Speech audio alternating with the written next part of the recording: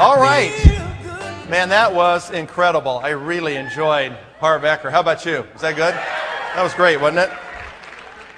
You know, a lot of those things that he was saying in there, I know you've heard us say once or twice, and he just had that package so well where he put that in a great, flow of material. So I really appreciated that, and I think it was really a perfect lead-in for the next conversation that we're going to have right now.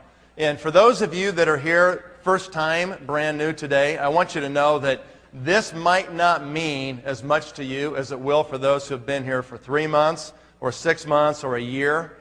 This presentation will mean a lot to those of you that have been here, a little bit longer. Because what you're going to see through the presentation perhaps are mistakes that you've made at certain points in your involvement in this business that you can now see what you could have done, and you won't make those mistakes again. And what will happen for those of you that have been involved for a little while is you're going to be able to dramatically accelerate your business. You really will, because it's going to give you a different glimpse and a different view of what you're capable of accomplishing. So what we're going to do is I'm going to ask you, first off, I want all the cell phones in the room off. And I've been disappointed that I've heard quite a few of those ringing yesterday and today, and I don't want to hear them. I don't want to hear them at all, okay? You're only here for a few hours, and I'm going to ask everybody in this room to pump up for 90 minutes, okay? It's going to be 5 o'clock before you're gone, and you might want to rearrange something, a ride, a flight or something, because this is going to be really important information for you to hear. If you want to know really how to make the kind of money that people like myself make, or Russ, or Dave, or Jeff, or Lon, or Dan, if you want to know how to do that, this is really the key. This is Network Marketing 301. This isn't 101. This is 301. This is like your third year of college, all right? So you need to really listen closely, and I'm going to challenge you to stay engaged in this conversation for the next 90 minutes. And about partway through this, I'm going to bring Lon up to give you a specific example right in front of your face today of what's going on in this particular concept of driving lines and finding lockers. And I'm going to use a couple of stories to make these points as I go through this today, so I want you to listen closely to that as well. All right, I want to talk, before I get into driving lines, about our mission. There has been some said and some thoughts spoken that, okay, we're so focused on our window of opportunity now that we seem to have lost our mission. That is not true at all right? Yes, the timing is different. Yes, we have gone through critical mass. Yes, we are now in the beginning stages of momentum. Yes, we will grow the company 10 times in the next 5 or 6 years right here in the United States. All of those things are true. It's all going to happen. And the talking about that and focusing on that does not mean that we have lost our way in terms of our guiding principles, our moral foundation underneath this, that we're here to change people's lives, that this technology is going to revolutionize the whole world of nutrition. That is all going to happen. And I think it's been said best in this conference that the only way that we can truly change the world is we have to recruit millions of people. We've got to have millions of people involved in this company as distributors. We've got to have millions involved as leaders. We can't do it, you guys. There is no physical way possible for us to scan 1 billion people on this planet without literally millions of leaders. Millions and millions and millions of leaders. Our 700 blue diamonds are not going to get the job done. That is not nearly enough. Not even close. And what you have to start to think about is this is different than anything that's ever happened, really, in network marketing. The biggest company is Amway at $5 billion or something. That is literally nothing compared to what this is going to accomplish. No one has ever been positioned like this. No one has ever had this kind of literally dominating technology like we have today. No one's ever had the capability or the credibility that we now possess with products and science and technology to go out there and really make this kind of a quantum leap. It's really like I told you on Thursday night about the fly buzzing against the window pane, trying to make a breakthrough, and it's utter futility. It's a strategy that will kill, as the story goes, right? We have to think differently. We have to realize that we are truly in a completely different spot than anyone has ever found themselves in the entire history of this industry. That's truly where we're at. And what the lucky thing is that we all have this structure, this compensation structure that allows us to maximize that whole situation that's never occurred before. We have this way to leverage that situation to success that no one's ever seen. This will literally break all the records. It'll be bigger. It's going to redefine what size and scope are in the network marketing arena and in the nutrition arena. We're going to do them both. We have to do them both. That's what goes together here. It's not one without the other. They're all one and the same. So I hope that that's clear. Let me bring up the first picture. Look at this guy. Actually, you guys want to do it, or maybe I'll do it. Okay, there we go. We got him. Okay. Now, I want you just to cut the head off and just look at the body. If you were just looking at the body, how old would this guy be? 25? Maybe 30? Looks pretty good. How about the next one? He's got some good company. Okay? There he is on the beach. Let's go to the next one. Check these abs out. That's pretty good, isn't it? How old do you think he is? 65? 70? We'll go to the next one. There it is. He's 80 years old. Does that look like most 80-year-olds that you know? That is completely different than most 80-year-olds that I know. Ken Dykewald talked about a revolution that's upon us here, that we're going to redefine the way people think about aging. What company do you think is going to do that? Okay? All right. How are we going to do that? How are we going to stay true to our mission unless we do this? I mean, do you want to age like this? Do you? I do. You know, I've got a picture of that right next to my desk. That's in my mental images now, so that I can decide and make a decision about how I'm going to age, what I'm going to be like. And I guess here's what my message is before getting into the meat of this thing on the money side. My message is regarding the mission. You have to live the mission. You have to do it. You cannot be out there smoking. It is totally incompatible with what we're doing, you guys, okay? Listen, I have a lot of empathy for anybody who has that habit right now. I can empathize with how difficult that might be to stop that habit. Everybody's got difficult things they have to overcome. Everybody does, okay? If that's your cross to bear, beat it. Stare it in the face, scream at it, kill it, get it gone, and get it out of your life. That's what you got to do. That's what Harv was just talking about. Become bigger than your problems. Change them. Rise above them. Get rid of them out of your life, because those will be the limiting factors that hold you back in your progression, not only in this business, but in your life. Think about the example that you're setting. Think about who's watching you. In this business, everybody's watching you, okay? So get better. Peel your back off the mattress. We only had 33 people that peeled their back off the mattress at 6 o'clock this morning. Some of you were there. Most of you were not. Where were you? What were you doing? What were you thinking about? Okay, next conference, we're going to do it again. I expect every single person to be there with your workout clothes on at 6 o'clock in the morning.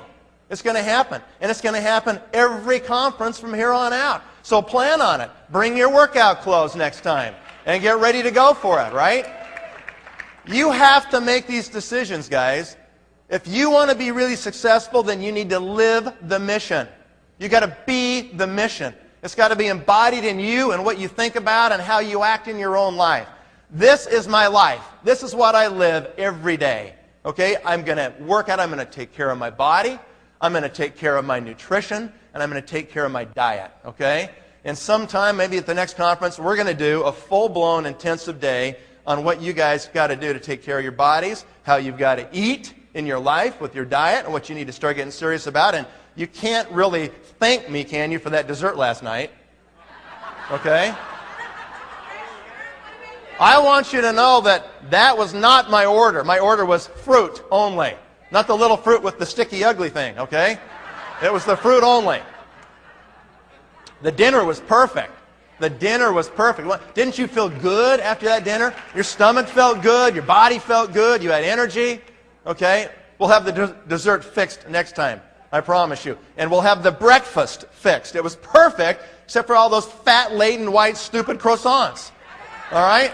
There won't be any more of that next time. I can guarantee you. All right. That is who we are as a company. We are about total wellness. And we live it, and we are the examples, and we preach it, and we do it. And that's it. Okay, let's go to the next one. Where does the money come from? And I'm just going to hit the clicker here. I guess green means forward, right?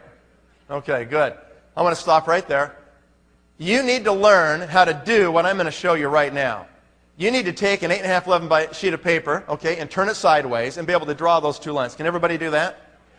Yes or yes? Okay? Draw those two lines. And you're going to see in a moment what that represents. These are the three parts of the compensation plan. How many times do you think I've drawn those lines on a piece of paper? Over 10,000 times. Over 10,000 times. And a lot of people said, wow, I'd be sick of doing that. That's right. Remember? Boring but rich. You remember that? Okay, that's exactly what we're talking about. You do it over and over and over again. And then when you're so sick of doing it, you do it again and again and again. And when you're so sick of drawing those lines right there that you want to barf, then you go barf and you do it again and again and again and again. That's how boring we're going to be. Okay? I stopped after I got into the 20 million circle and I just did the math. And I just figured out that it was worth $20,000 every time I drew those lines. How many times are you going to draw those lines? A lot, right? That's right. That's what you're going to do. And that's not a place you build a house. A lot. Okay, so let's go ahead and talk about this for just a moment right now. The front end of the plan is where we all started. Everybody in this room signed a distributor agreement at one point, became a distributor in the company, right? The middle part of the plan is where you become an executive. Everybody who is serious about this company must become an executive. You've got to move from distributor to executive, or moving across the screen to your right. So the next thing we're going to do is we're going to then duplicate those leaders. And what it looks like in the end is just like that with all these things. Who's got a laser pointer, actually? I probably actually need to have one of those. So if you got a good torch, grab one for me, okay? All right, so on the front end of the plan, as a distributor, you're going to make hundreds of dollars a month. Literally, that's what most people will make there, is $100, maybe $200, maybe $500 if they're really good. In the middle part of the plan, you're going to make thousands of dollars a month. In the back end of the plan, you're going to make tens of thousands, or if you're really good, hundreds of thousands of dollars a month. Now, when I first joined AT&T in one of my prior lives, what happened is that we used to get a new compensation plan. And I wasn't there very long because they really hosed us there, so I was gone pretty fast. But when I was at AT&T, what we'd do on the first day of the year when they actually came out with their new compensation plan for the sales guys at AT&T, we would literally get a conference room, go in that conference room, and one person would read it, and they would highlight any of the bonuses. We'd take big pieces of paper and pin them all over the walls, all the way around this room, and we'd write down all the bonuses and how much we had to do to get those bonuses for all the products that we had to sell. We would then stop and analyze it and say, okay, where do we get the greatest return for our effort? What's the message that AT&T is trying to send to us as their salespeople through this commission structure this year? They're sending us a signal. Which products do they want us to sell? We knew which ones those would be by the amount of commission they assigned to those. And the more commission, the more anxious they were for us to sell those products. So that's what we do. And we always made the most money because my team knew where the money was. If you don't know where the money is, you can't ever get there. You can't get the money if you don't know where it is. So where's the money in our plan? It's on the back end of the plan. Why are you doing this company, you guys? Are you doing it so you can have the bonus pool next month? Well, it's nice to get, but is that why you're doing this? No. Why are you here today? Why are you willing to make the personal, painful changes in your mind and in your heart and in your physical habits so you can live the mission? Why are you willing to do that? What is the reward? Long-term residual recurring income in your bank. You are doing this so you can be free. That is why you're doing this, okay? You are doing this because of freedom. So you can be free from anybody who's going to control your life in any way, shape, or form. So you can be free from disease. So you can be free from your mortgage. So you can be free to have an energetic body to move and live and do the things you want to do in your life. You're doing this so you can be free. So you never have to look at the price on a menu again. Okay? You're doing this so you can be free. That's why you're doing this. The only way that you can get that freedom, you guys, in all aspects here, is you have to hit the back end of the plan. And specifically, you have to become at least a blue diamond in this company. That's what you've got to do to have that level of freedom and control in your life. So really, in essence, what we're talking about here is that you have to go from the front to the middle immediately. Anybody who's here that has not yet filed your letter of intent, you need to do that today. That's an executive Ruby order. You get that done today. You get that LOI in today. You need to learn the term LOI. You need to burn it in your brain. It's all about LOIs. It's yours first, and then it's everybody in your downlines. And so what you do is you move to the middle. And as soon as you become an executive, then what you're going to want to do is you're going to want to break people away from you. Now, some people say, why would I want to do that? I'm getting 9 to 15% when they're in my circle group. And if they break away, I only get 5. So why would I want to do it? It's not in my best interest to break them away. I'm just going to keep them under my own little wings. I won't even tell them they can become an executive. Fatal mistake, okay? Let me disabuse you of that thought process right now. You do not want to be doing that small thinking. You want every person possible to become an executive in your downline. Plenty of people will never go through the painful changes and change their mind to become an executive or beyond. You'll have plenty of distributors that will just stay there. You don't need to encourage them to stay there. What you've got to do is encourage them to move on, to become a leader in this company. And so you create executives. And then you spin them out to the back end of the plan over here. And this is, you can hardly see that, I apologize. But you're going to take them from here in the middle and spin them over here. Just spin them out and spin them out and spin them out and fill up the back end of that compensation plan. The only way you can fill up the back end of that plan with all those 5% right there, the only way you can do that is you have to become an executive factory. You understand that? Say it with me. Okay, good. See? Harv's teaching me. Okay. You've got to become an executive factory. You've got to create a situation that just cranks them out. You've got to learn to manufacture executives. How do you do that? It's called the system. The system is what creates executives. And the faster and cleaner you can teach the system, and don't put the barnacles on it, and don't change it, and don't slow it down going through the water. Let it glide. Let it be smooth. Don't change anything, right? Follow the system. That's all you have to do. And you will create executive after executive after executive. When we look at the commissions that come from doing this, they're significant, right? On the front end of the plan, let's just say, for grins, that you made $100,000 in a month. Okay, let's just say that you did that. And these slides are just mine. Okay, these aren't the company slides. I'll do the financial disclaimer right now, all right? These have not been sanitized through the sales prevention department. Okay? This is just the straight poop, you guys, okay? I'm telling it to you straight. I am not going to pull one single punch at all today. I'm going to hit you right between the eyes right now. You're going to know exactly what you've got to do to make it big in this company.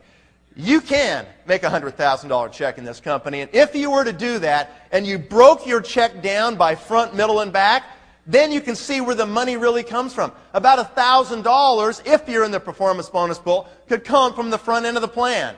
You will not get that if you're not in the performance bonus pool. It'll be like 100 or 2, okay? In the middle part of the plan, you'd make, say, like $4,000. But on the back end of the plan, you'd be making $95,000. $95,000 out of a $100,000 bonus check that I get comes from the back end of the plan, from duplicating myself, right? What is the message the company is trying to send to you by this payment structure? What's the message? Fill up the back end, and here it is in specific terms. Here's the message. They're saying to you, we're willing to pay really big money for leaders of leaders. Not leaders of distributors. Not leaders of just a few executives, right?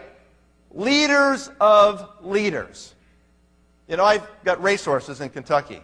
I like those thoroughbred ponies, okay? And the racehorses have a different level of success too. The most successful sires in the thoroughbred industry are the sires of sires. Do you know what that means? That means that the horse went to the track and won good money on the track. And then he went out and he got sold to be a stud. And as a stud, he produced other runners, and that's good too. But the ultimate is for that stud to go out and produce other studs that produce runners and pass on that gene blueprint through his whole progeny. That's what you have to do here. You've got to pass that blueprint on through your whole progeny in this business. Okay, you've got to become a leader of leaders. It can't just be a leader of some executives. They've got to then replicate it again and create other leaders. Do you see that? That's the difference. That's what you've got to do. And so become an executive factory, folks. Be thinking all the time in your mind about how many LOIs do you have this month. You should know that number. You ought to call your account executive every month and say, what's my total number of LOIs in my pay line? Find out. Be tracking that. Not just frontline, but I'm talking all the way down through your 6 generations. In times in my business when we've really grown and made huge impact, I think back to 1989 and 1990 when I started in the business. When we really got traction, it was 200 and 300 and 400 LOIs a month. Am I right, Dave? 200 or 300 or 400 LOIs a month was happening, guys. When you have that many people that are inserting themselves and going for leadership, and about 50% of them complete the process, you're breaking 200, 150 executives a month? If those executives are doing 3,000 a month in volume, what have you added? 500,000 in volume a month? Can you see that? It starts to get really significant. How can that happen without duplication? How can that happen without a system? The answer is, it can't. The only way, I hope you're listening to me, the only way you can actually make that happen is you've got to have a simple, duplicatable system. And you've got to follow that system. And you've got to teach that to your people. You've got to demand of them that they become leaders. You've got to give them assignments. You've got to say your goal is to, you and your 4 or 5 guys, you get 5 LOIs this month. Break it out. Parcel it out among your front line. Give them assignments every month. People need to be told exactly what to do. They've never done this before. They don't know what to do exactly. Go tell them. All right, when I started with Kenton, I said, Kenton, I want 15 people on the phone, and I want them on the phone in 3 hours. Okay? We didn't wait around. We started right now. Okay? We're not going to wait. All right, so that is what you've got to do. Now, let's just go to this next slide right here. If your goal is to be successful, then what do you have to do? I mean, it's right on the screen here. You want to really make money in this company, guys? Okay, if you really want to make money, you've got to be a blue diamond. You've got to do that part. That's $40,000 to $45,000 a month. That's over $500,000 a year. You've got to be a blue diamond, and then naturally, most blue diamonds will progress to Team Elite. Why not? It's kind of like right there, and you might as well go get it. So that's what happens. Let me show you how this money works on the back end of this plan. On the front level, you are going to have 12 executives, aren't you? You have to be a blue diamond. You're going to have 12 executives. And let's put another 3,000 up there. We can see on the second column here. 3,000 in what? Group volume. Now, the average volume worldwide for executive groups in the whole world in this company is about $4,000 a month. About 4,000 points. Okay? So I am not at even the average. I am being a little more conservative here. So we're going to say they all do 3,000. They do the bare minimum they have to do to get 5% on their groups. Okay? So let's just go with the bare minimum. They have to do 3,000. 12 groups doing 3,000 is 36,000 in total volume on your first level of breakaway executives. And you're going to get 5%, right? Where did that 5% come from? Anybody know? Where did it come from? Right here. It's that top one right there. And I don't know if you can see that or not. That top one right there is where that 5% comes from. Okay? Those of you that are brand new, just hang in there. Okay? You're going to see how this works. So that's your first level. Now, here's what happens. On your second level, you're going to eventually end up with 24 executive groups on your second generation of leaders, of executives. How does that happen? Does it happen where somebody goes out there and they always get 2 people each and then the next get 2? I can't stand these multi-level guys that go on their little presentations and stand up in front of the room and go, and 2 times 2 is 4, it's 8, it's 16, it's 32, it's 64. It never works like that.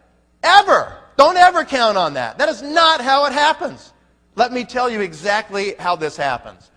One of these 12 right here at the very top, one of those 12 on your front line will want to become a blue diamond themselves. That's what will happen. 1 out of the 12 will become a blue diamond themselves. They all by themselves will get half of those 24 people on the second level. They'll get half of them. They have to be a blue diamond, right? And some will get 6, and some will get 3, and some will get 2, and some won't get any. They'll just kind of stay there as executives, and they'll stay there a long time. I've got a guy in Denver, Colorado that I've never even met who's an executive on my front line, and he buys $500 of Nutriol every month. Every month. He's got a little hair salon, $500 a month, and he does like $3,200, $3,800 a month every month. He's done it for like 15 years. Okay? He was down line 4 or 5 levels, and he eventually just kind of rolled up, and that's what's that. That's there. Okay? Some people will just stay there. That's just the way it is. That's okay. That's volume. We'll take that every month, right? Half of those come from one good person on your front line. Okay, so the net result is you end up with 24 executives on your second level. 24 executives doing 3,000 each in volume is 72,000 in total group volume times 5%, which is that second 5% number we had, just down below, is $3,600 in a month, right? You got to stop and look at those two and say, you are kidding me. I become a blue diamond, I did all that work for $5,400 a month or whatever? No, you're still getting paid in the middle, you're still getting paid on the front. You're just now accumulating permanent income. The front is temporary, the middle is temporary, the back is permanent. You want permanent income? You got to get to the back. You got to fill up the back end of the compensation plan. All right? So that's the second level. And let's just kind of run this out so you can see how it works. On the third level, over time, you will have 48 groups, executives. 3,000 each is 144,000, 7,200 on that level. On the fourth level, you're going to have 96 groups. On the fifth level, you're going to have 192 groups. And on the sixth level alone, you're going to have 384 groups of executives. And you think to yourself, that's impossible. I don't even know 384 people, let alone executives, right? You don't have to know them. You don't know those people yet. They haven't come into your life yet. But they will. From the people you know, who know people, you're going to create those groups of people. So on your sixth level, guys, look at the volume and look at the commission. Commission is $57,600 on the sixth level alone. Notice that every succeeding level is worth as much money as all the previous levels combined. Did you notice that? The sixth level alone is worth more money than the previous 5 levels combined. That's why my sponsor, Craig Tillotson, says that a 6-level comp plan is like a license to print money. That's exactly true, right? You can literally print money with a 6-level compensation structure. Your total commission would be $113,400 a month. If you do this, that's what you get. Have people made more than that? Absolutely. I'm making more than that every month. Okay? Have people made less than that? Absolutely, right? We'll talk about that in just a second. Before that, I want to put a red line in here. Okay, what's that red line mean? This is to illustrate for everybody in this room the difference between a 3-level pay plan and a 6th-generation pay plan. There's a little company not far from here called Herbalife. And Herbalife has a 3-level breakaway compensation plan. Yes, they do have other bonuses, some infinity bonuses and things to be fair to the compensation comparison, but I want to show you the real difference here. You want to talk about not bonuses, but permanent income? You want to talk about that? Let's talk about the real stuff. Permanent income, okay? They pay 5% 3 generations deep of executives. In that compensation plan, if you built the exact same downline structure I'm showing you right here, the exact same, you would make about $13,000 a month instead of $113,000 a month. Because somebody just stops you right there and says, sorry, that's all we pay. You can't reach any of that down there. Now, some people say, well, why couldn't we get paid 7 levels or 8, you know? Well, the company's got to make a profit and stay in business, right? If people come to you and say, we pay to infinity, go, no, you don't. Yes, we do. We pay to infinity. No, you don't. You can't pay to infinity. You will go bankrupt, right? If we paid 20 levels deep at 5%, how much is that? 100% of all the money that came in the company, how do they live? They can't. No one pays to infinity. You understand that? It's impossible. They'll be bankrupt. Okay, so now that we're straight on that, some companies like Amway pays 3 levels, but they pay 3%, 2% on the second level, and 0.5% on the third level. Is that a hose job or what? If you are going to go through the trouble to put yourself into this very challenging environment called Pharmanex and network marketing, if you're going to go through the personal growth and stare it in the face, have the courage to say, I am going to change. Because that's what it's going to take for you to change to be successful in this opportunity. If you're going to go through that much effort and that much trouble, wouldn't you want to be in a place where you can really get paid? Sure you would. And this company pays it out, you guys. Now some people say, well, why can't we have that plan just a little bit different? Why can't we pay a little bit more in the middle? Or why can't we pay more to all those poor distributors on the front? There's not enough money to try to make all the distributors rich. And you know what? They don't deserve it yet. The fact is they've got to go through the growth and change. They've got to prove they can become a leader. And this plan has proven itself over time to be the most lucrative dynamic plan ever in the history of this industry. Period, you guys. You are in the perfect place to make this thing happen and make it happen for yourself. All right, now let's go ahead to the next slide. You might recognize some of these average incomes right here, right? You can see all the way down from gold to lapis to ruby, emerald, diamond, blue diamond, and team elite across the top. And you can see that if you're a blue diamond last year, in the United States, actually 2004 numbers, you made $528,000, right? And how much is that? About $45,000 a month. Is that worth it? You think it's worth it to be a blue diamond? Okay. Yeah, it's worth it, believe me. And it can get a lot better than that. I got a question for you. $45,000 a month as a blue diamond is a far cry from $113,400 a month that I just showed you on the previous slide. So what gives? Was I lying then or am I lying now? Neither. I'm not lying at all. Okay? How come they're so different? This is an important question for everybody in this room. We publish the numbers. Okay, somebody just said the back end is not full yet. That's true. How long does it take to fully mature a 6th-generation breakaway compensation plan? Is it a lot of work to fully mature it? How long does it take for you to find all your 12? And then for them to dive in and find their 4, 5, 12, 6, 8, whatever it is, or none.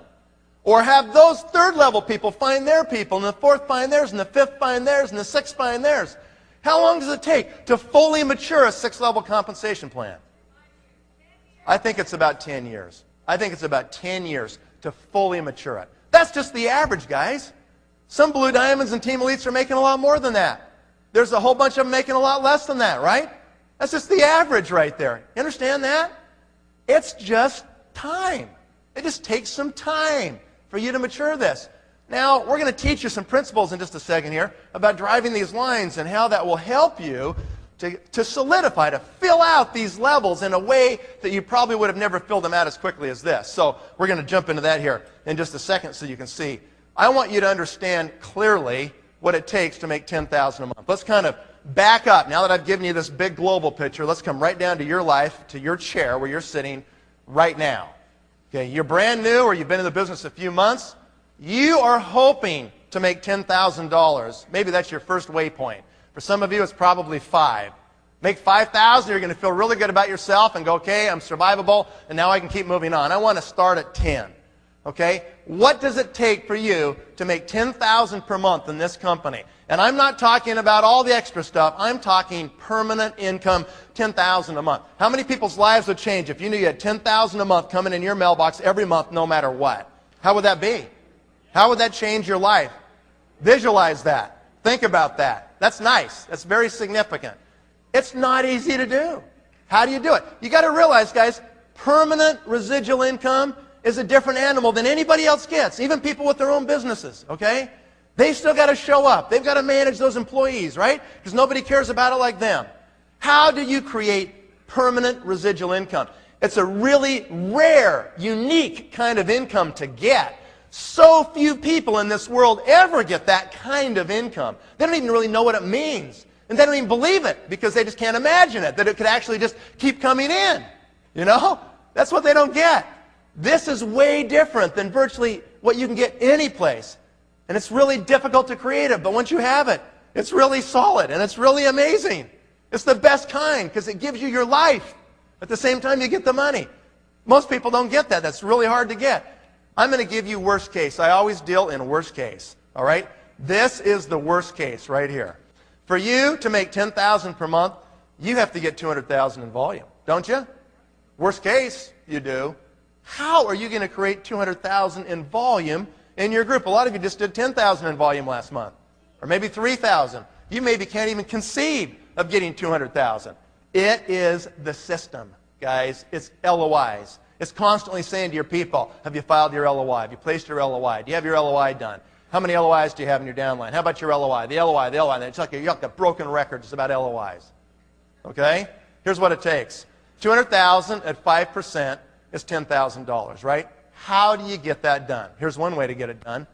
You could go out there and create 20 executives that do $10,000 in group volume each, right? Wouldn't that be $200,000 in volume? Okay? How likely is that you're going to find 20 executives that will end up averaging $10,000 each? Not very likely, is it? I've already told you the average executive worldwide is about 4,000, right? Okay, well, that was before the scanner, all right? Now we're getting scanners out there. So, or, you can do this right here. How about creating 40 executives that do 5,000 in volume each? Is that plausible? That's very plausible. That is doable right there, okay? How do you create 40 executives? That sounds like an awful lot of work to do. Do you have to find all 40 yourself? Or are you going to duplicate a little bit? Yeah, you're going to duplicate. You're going to follow the system. Otherwise, it's probably impossible. But if you follow the system, it's totally plausible that it can happen. All right, so what does it take to succeed? Okay, let me show you these numbers that Scott gave us a while back, okay? What does it take to succeed? On average, a person who signs up today takes 3 years to land at Blue Diamond status. Okay, people say all the time, and I know they've said it to every leader in this room, what am I looking for? Who's my profile? Tell me what they all look like. Are they all 38-year-old females and they got a college degree and then they became Blue Diamonds? What is it? Okay, the answer is there is no profile. They come from every different walk of life. And so what you have to do is you have to go out there and just find motivated people, right? Do you understand the difference between trying to motivate people and finding motivated people? Those sound pretty close, but they're radically different. You are not here to motivate people. You're here to find those people that are already motivated, that have that fire burning so bad inside of them that they just it's gnawing at them to be successful in life. That's who you're looking for. And all of a sudden you match them up with this vehicle, right? And they commit and they make the changes and they become Blue Diamonds. It takes 3 years on average for the average Blue Diamond. We can look in our computers and we can see that from the day they signed up to the day they landed there took 3 years. How many people do they have to sponsor? This is pretty interesting, isn't it? Okay? On average, the average Blue Diamond sponsors 151 distributors personally on their front line. 151! That's incredible, isn't it? How many weeks are in a year? That's on the screen. How many? 52. How many weeks in 3 years? It's on the screen, okay? There's 156 weeks in 3 years. So on average, the average Blue Diamond sponsored about one person a week, every week, for approximately 3 years. Are you willing to do that? Do you know why people don't make Blue Diamond status? Because they won't do that. Is it worth it to talk to enough people that you can sponsor a person a week and do that for the next 3 years? Is it worth it to do that for the next 3 years and then maybe 5 years once you're there to solidify it and build it bigger to average $45,000 a month? What else are you going to do in the next 5 years that you could have $45,000 a month of permanent residual income? Seriously. Tell me what it is, you guys. It's not real estate. Believe me, I did that one too. Doesn't work like that. You go close a deal, you're unemployed till the next closing. You try to close another one, you close it, and you get some money, and you're unemployed till the next one. Constant process of being unemployed till the next one. If you ever stop, it's over. Permanent residual income is really unique. Very difficult to find a vehicle that can even give that to you. And you're sitting in it. You're right here. I hope this is not lost on you. I hope you understand what it takes. So, just to summarize on the slide, That's it. How do you do that? Eric said it this morning. Talk to 3 new people every day. Do the 3-foot rule. Anybody who clips your fingertips, you're talking to them. All right? Walk and talk, smile and dial. That's all you got to do, right? Just keep talking to people. Like Russ said, when the phone's off the hook, you're in business, right? I say if your mouth's closed, you're out of business. Your business is closed. Your mouth's open, it's going like this, your business is open. We're paid to talk to people. We are paid to recruit. You should spend 90% of your time in the first several years recruiting. And don't worry about the ones who leave because you can't make it the right time for them. Most of the reasons people quit our company have nothing to do with our company. Did you hear me? Most of the reasons people drop out of our business have absolutely zero to do with our business. So don't take that personal. Don't worry about that. You're looking for motivated people. You're looking for people that it's the right time in their life. Something has changed in their life. And all of a sudden, they're ready. They're sick and tired of being sick and tired. It's gnawing in their gut. They're looking, they're open, and they want it, and they're going to do it. All right, so what's a power line? Anybody know what a power line is? This is not one of those big lines on that tower suspended behind your house. Okay? This is a different kind of power line. What is a power line? Okay? A power line is this. Here's the definition right here. It's one leg of your business that runs to over 10 levels deep of executives, ultimately with blue diamond on top of blue diamond on top of blue diamond all the way down that line. That is a power line. If you can learn how to develop power lines, you can get really rich in this company. This is a technique, and it's a technique that dovetails, it kind of interacts with 2 really key parts of our compensation plan. And these key parts are ingenious. On the surface, most people look at it and say, that seems a little tough. These are the 2 key components that really move people, that really motivate them, and you need to understand them. And most of you have never understood this part, and you've got to listen close and you've got to write down these notes today as we go through this. Let me tell you what's happened to me with these power lines, okay? What's a power line worth? 1 power line. I had a lot of people come to me last night and said, you know, what does it take to really be successful? How many people are you talking about? 1.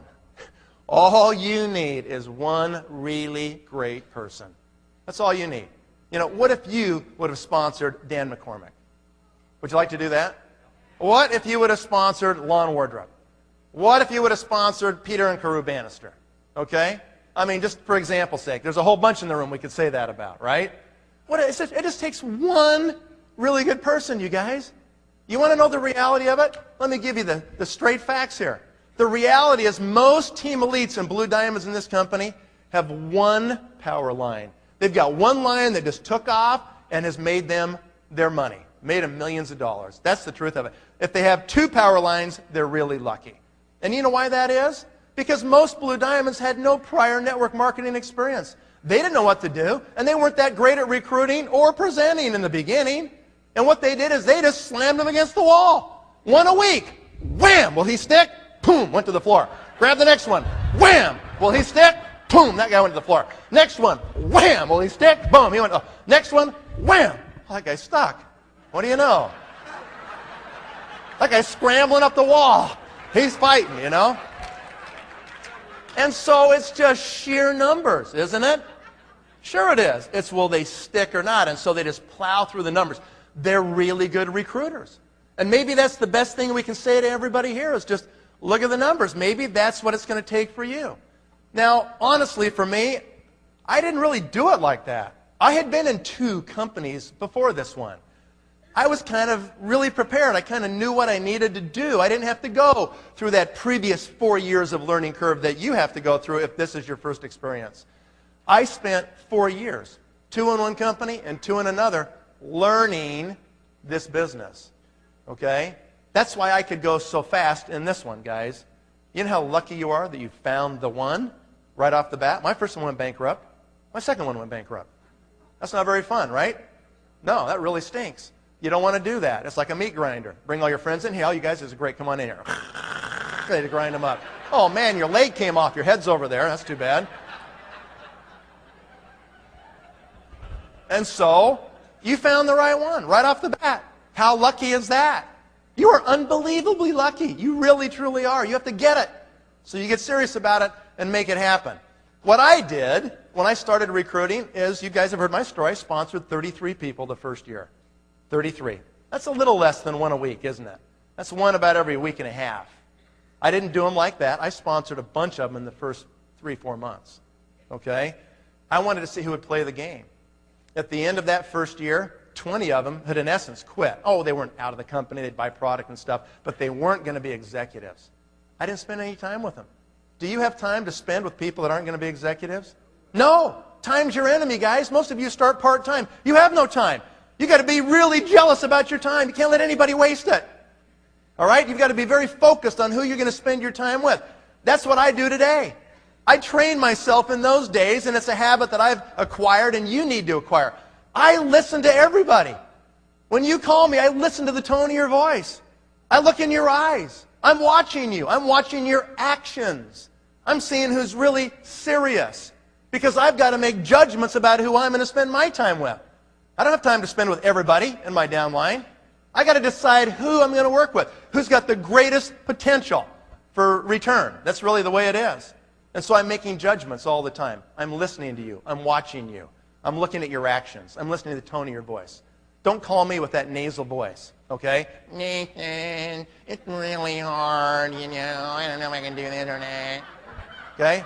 If you give me that nasal voice, I will give you dial tone pretty fast. Because I don't have time to waste with people that are going to be whiners and complainers like Harv talked about a minute ago, because they've already got all kinds of stuff screwed up, okay? I just know that that's really a long shot. And so I'm going to work with people that are positive, that are calling me. You know, I'm not calling them every second, right? Do you have those people? You call them, come on, man, it's going to be really good. Man, you won't believe that conference. That conference is incredible. Too bad you weren't there. We're so sky high. Come on. You pump them up. Guys all pumped up.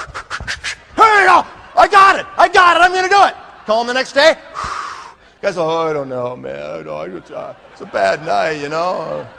All of a sudden, come on, you can do it. I got it. Next day, same thing. Deflated.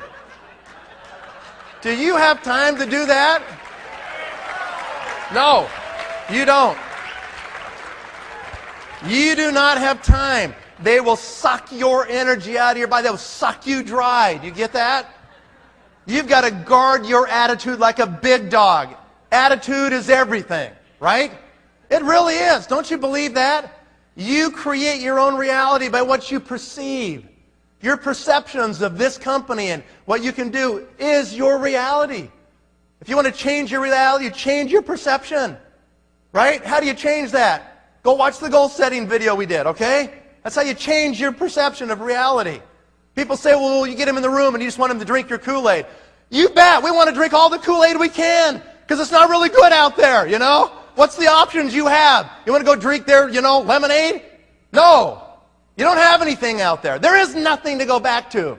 There's no job you're going to go get that's going to be like this. Why would you ever go back to prison when you're free? You don't want to do that, right? That's the point of it. So yes, your life is made up of you drinking the Kool-Aid, you guys. It's called positive thoughts, positive words, positive action, doing something great for other people, helping them solve their problem, right? Isn't that it? It is it. That's what we do. And so don't let people belittle you by saying, oh, you're brainwashing that thing. Say, I'm really trying to get more brainwashed. I'm really trying to get into it, okay? That's what you have to do. Do you know what I did when I started? When I started, I had one of these stupid little flip charts, and right in the front it had one of those clear plastic covers. We had no brochures. I cut out these dumb little newspaper articles, and I had this picture of this lady with one side of her face good and the other bad, and all this kind of stuff. And I basically put it in this flip chart, and that was my presentation, really. In the front, I put my goal sheet. I slid it right in the front of that clear plastic, so every time I pulled out my flip chart, I could see my goals. You know what my 3 goals were? I wrote 3 things on that paper.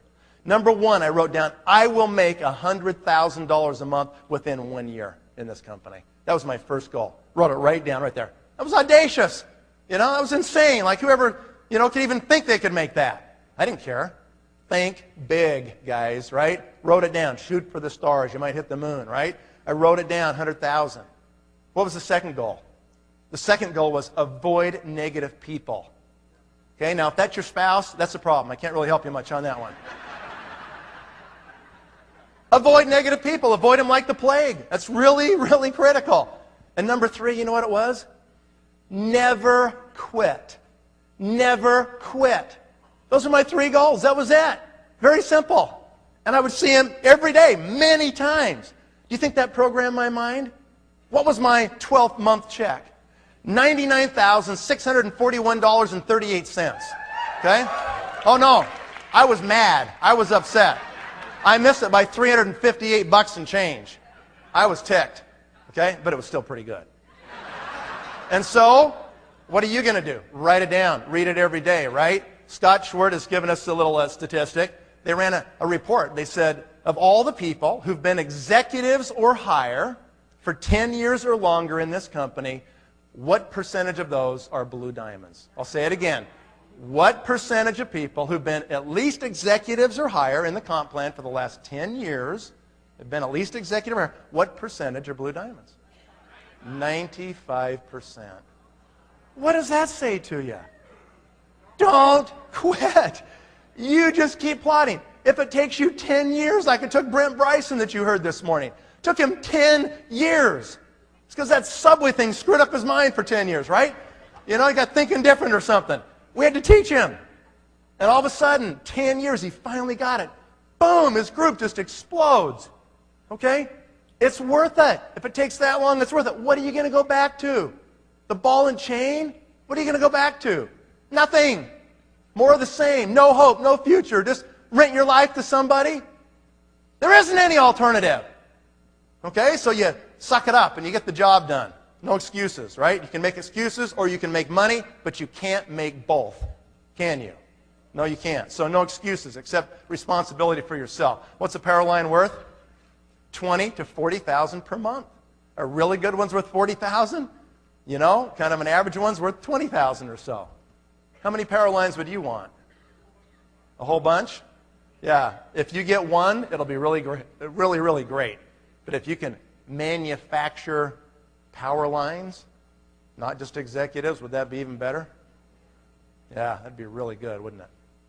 All right, let's talk a little bit about a story here. There's a couple of people in this room that are part of this story, so I'll hear their names in a moment. They'll listen up here. I want to tell you how I started, because inside of this story, it's instructive. It covers everything, from startup to the end, and what you've got to do. And I want you to listen. I want you to take notes. Are you guys awake? Yeah. Are you guys with me? Okay. Okay, good. All right, let's start off and talk about how we did this. Right as I was sponsored, literally within a couple of days, and in fact, even the same day, I said, okay, I'm in, let's go. My sponsor said, all right, let's start calling people. And we started calling people. My friends, people I knew, some people we knew in common, because we're kind of family members and so forth, we just started recruiting. Instantly. There was no 48-hour training. You know what it was? On-the-job training. It was me watching him give the pitch, and I'm listening, I'm watching, I'm learning. And I'm hearing how he answers the objections, right? You got to do that, you guys. It won't be perfect. You don't have to be perfect. But you've got to be in the trenches with your people. If you're not in the trenches, you're not making it happen. We went and tried to recruit a guy named Mark Harrelson that had a big old real estate program, sold books, did big seminars like Harvard and that kind of stuff. We went to talk to this guy, and we said, hey, you know what? We've got a great thing. This company's going to go from small to big, and you need to be part of this. And he said, you know what? I've got a great business. I'm really too busy for it, so I'm not going to do your business, and thank you for coming. And on the way out, I said to him, you know, you've got to know somebody who is, you know, tired of what they're doing, does not like what they're about, and they just are looking for a change. And he said, you know, he thought, and he said, you know, he goes, I will give you one name. He said, there's a guy that came to one of our seminars, and he said he lives down in Florida, and his name is Richmond Flowers. I had never heard of this name in my life, okay? Well, apparently he ended up being kind of a famous guy. I didn't know any of this. I called him on my cell phone out of that meeting. I got him on the phone. He was in the futures business down in Florida, and he was selling futures contracts, and he was always like just high stress, like major high stress. He always had to be right by the phone watching his positions and seeing if he's long or short and getting out of those positions or putting on new ones, right? And that's what he was doing. It was major stress. He hated it. He absolutely hated it. He was totally married to the market. He could never even really go on vacation, okay? It's a terrible thing. And he wanted out. And he wanted out bad. I get this guy on the phone. I said, Richmond, he said, you don't know me. My name's Nathan Ricks. I said, I just met with this person in Salt Lake City who gave me your name. And he said, you're a successful guy. And he said that you might be looking for an opportunity. And he goes, yeah, okay, so nice to meet you. What do you got? And I said, the name of the company is Nu Skin. I said, we got this great opportunity. It's going to be massive. The company is only 5 years old. It's going to go from small to big. You need to hear about it. He says, I have heard about it. He said, funny you would call. I went to a Nu Skin presentation 7 days ago, and they just had never called me back. True story. And I said, we can take care of that right now. I put him on the phone with the company and signed him up on that phone call. And that day it was a $250 little skincare package in a blue bag, all shrink wrapped together. And I got that thing out in the mail to him, and before we hung up, I said, Richmond, do you really want out? I said, listen, I just started this thing, but I am dead serious. I am going to kill this thing. I said, I'm looking for my leaders. I said, are you serious? I got to know, because I'm not going to waste my time with you if you're not serious. I said, if you're really serious, can you guys hear my posture? I'm not going, oh, will you do it? I mean, would you consider working with me? I don't talk like that to people. I say, I'm picking my team. You know? Do you want to be? Listen to those words. Write them down, you guys. I'm selecting my generals. Okay? And I said, how serious are you? Because if you are, I expect you to call me every day. I want to do 2 or 3 three-way calls every day, and we are going to build your team. And he said, I'll do it. And he did it. And he called me 2, 3, 4 times a day. He really wanted this. He saw it. He was serious about it. Okay? One of the people we talked to one day was sitting right there. Is sitting right there. Paula Cook. Okay? And so I'm just going to hit my clicker here so you can see how we're doing this, right? Okay, so we got Richmond. There he is, right there. And we start calling his people. We called people all over Tennessee and all over Alabama where he grew up, Dothan, Alabama, and people he knew in the futures business all over the place. And Paula was an interesting person that Richmond actually knew, okay? And Paula was working for this really great airline called Eastern Airlines, okay? And I'm not sure how the whole story went. My memory's a little vague, but the reality is, the long and short of it was that Paula wasn't so intrigued in the beginning. You know, I've got this great company. They'll never go out of business. They're just awesome, you know? Well, it didn't take very long, and they were out of business, okay? And Paula became interested in our company. And so Paula got sponsored, okay? And Richmond had Paula right here, and we started working downline. And so all of a sudden, this has been about 2 months, and Richmond says to me, let's go to Dallas, Texas. He said, I used to play for the Dallas Cowboys. Oh, wow, really? You're pretty famous then, huh? And so he says, I know quite a few people there. Why don't we go over there, and we'll start to work on some people that I know in Dallas.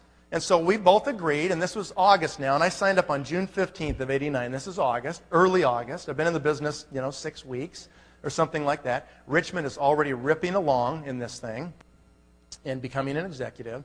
And so we decided we're going to fly there.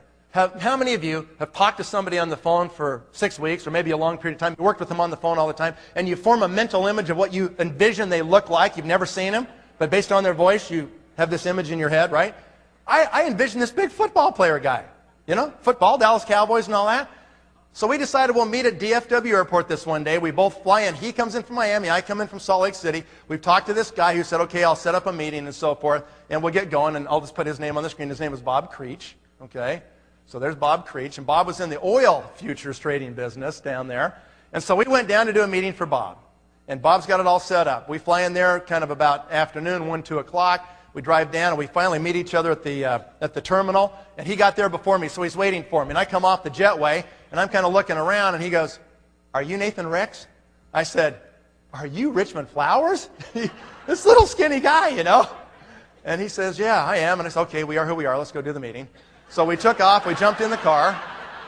It was kind of weird. So we jumped in the car, and we go down, and we have a little meeting at Creech's office, and he's got a couple guys there, and he's winding down the day trading, and we decide to go to dinner, and then we're going to go to this meeting at this Hampton Inn off the LBJ freeway. And he's got this little teeny room rented, about 40 people in the room, and it's all set up for that. And I've never really done like a large meeting out of town. I've done a few in town and a few at the offices we have there and so forth, but I've never really done this on the road. I have no slides. I have nothing. I've got this little flip chart. That's what I've got. And so we basically get these guys in the room. It's about 7 o'clock, and they're all kind of showing up, and I'm thinking, all right, pretty good-looking crowd. So Creech stands up and says, hey, we got Richmond Flowers here, he should play for the Cowboys, and some of the people knew his name, and yeah, and so he's a big stud, so he walks up there, and, he gets in front of the room, and he starts telling them about the Cowboys, and they're all kind of doing this Mel bonding thing, okay, that was good. And then he says, now we're going to tell you about the great business. And I got Nathan Ricks right here. Nathan, take it away. And so I'm thinking, oh, okay, So I jump up and I go, man, I'm really excited to be here. We're going to tell you about the hottest thing you've probably ever seen in your life. And I pull out my flip chart and I'm literally walking around the room like this. I'm showing people. I see that, see this, you know? Look how cool this is. And look at this lady's face and all this stuff, you know? And then here's the compensation plan. And it was about 30 minutes and it was getting pretty old. I was terrible. I was terrible. It stunk. And these guys are looking around like, when is this going to be over? They're looking at their watches like, well, Richmond is back there talking to a couple of guys, and all of a sudden he figures out what's going on. Why are these guys looking at their watches so much, besides it's a terrible presentation? And he figures out, because they invited him to go, that Creech didn't invite far enough in front of the meeting, and so kind of the last minute he remembered we were coming, and so he told all these guys he'd buy them drinks after the meeting if they all just showed up. So they were really there to get drunk, not really to listen to us. Richmond can be a little hot-headed, okay? He explodes. I mean, he is really furious. He basically drags Creech and throws him through the galleyway doors like these that go into the back kitchen here. And he's got him pinned against the wall back there. And I think he's going to hit him. I'm not quite sure what he's going to do to this guy. And he is hot. He goes, you have me fly all the way over from Miami? You have Nathan fly down from Utah and you just tell these guys to show up so you can get them drunk? I mean, he was literally, I thought, going to pop the guy. And Creech is basically freaked out, and he's saying, okay, listen, I can fix all this. It's okay, Richmond. He says, I know Danny White. I know Danny White from the Dallas Cowboys, and we can get a meeting with him tomorrow. Richmond's a cowboy. He kind of like, okay, all right, and he kind of lets him go. I'm thinking, oh, good, altercation over. This is good. And he says, okay, but you better set it up. Creech goes, I will. I'll set it up. Don't worry. So meeting's over. We go back to the room. We're talking. We actually recruited a guy in the elevator on the way up who became an executive. Okay? 3-foot rule, man. They clip our hands. We're talking to anybody. And so we have this conversation that night. We go to bed. Sure enough, about 8:30 or so, my phone rings. Richmond goes, okay, we got it. It's all set up. Creech will be here in a half hour. Be ready to go. We're going to go see Danny White. I'm like, I've seen him on TV, you know? This guy's all pro. This is a big deal. I'm really pumped. I played a little football in my day, so I'm really excited about this. I can't quite believe it's happening. And so we get in the car and we drive about an hour. His office is in McKinney, Texas, about an hour outside of Dallas, right? So we're driving way up there. We get to his office, it's 10 o'clock meeting, and we walk in and, you know, there's like trophies everywhere. There's Dallas Cowboys stuff everywhere. I am like really juiced. I'm thinking, this is great. They finally let us in his office. The whole wall is a mural of him, you know, throwing the ball. I mean, it's like huge. More trophies, everything. And he goes, how you doing? I'm Danny White, you know. I'm just like, I'm starstruck. I can't even believe it. And he and Richmond kind of do the cowboy thing, and they're kind of like, yeah, I played here. I did that. They're doing that Mel Bonding thing, you know. I'm just kind of sitting back there like this, watching this. Oh, man, this is really cool. And so finally they sit us down around this table, and there's 4 places right there. Creech, Richmond, myself, and Danny White from the Dallas Cowboys. And Richmond finally says, you know, we've got this incredible, incredible thing. Nathan, take it away. Like that.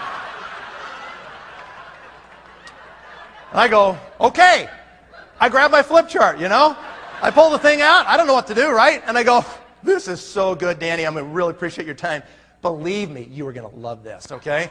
And I start going through it, you know, and I finally get to the product, and I go, we actually have some, you know, and I reach down on my briefcase, and I pull out a jar of Nu Skin product, and I slap that jar on the table.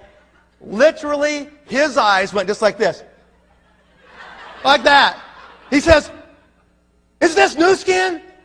Is this Nu Skin? Is that what this is all about?